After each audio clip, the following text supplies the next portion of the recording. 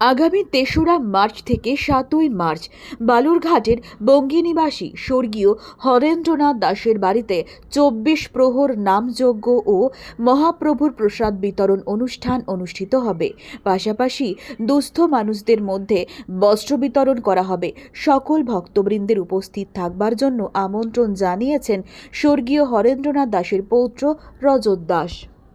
হবে আমাদের ৩রা মার্চ ২৪ পর্বব্যাপী নামযজ্ঞ অনুষ্ঠান হবে। ৩রা মার্চে আমাদের শুভ দিবস, ৪ ও ৫ ও ৬ হচ্ছে নামযজ্ঞ অনুষ্ঠান ও গান, ও ৭ই মার্চ মহাপূর্ব ও বস্ত্র বিতরণ অনুষ্ঠান। এবার আমরা প্রতি বছরই বস্ত্র বিতরণ করে থাকি, এবার আমরা প্রতি বছর নয় ১০০০ বস্ত্র বিতরণ করব।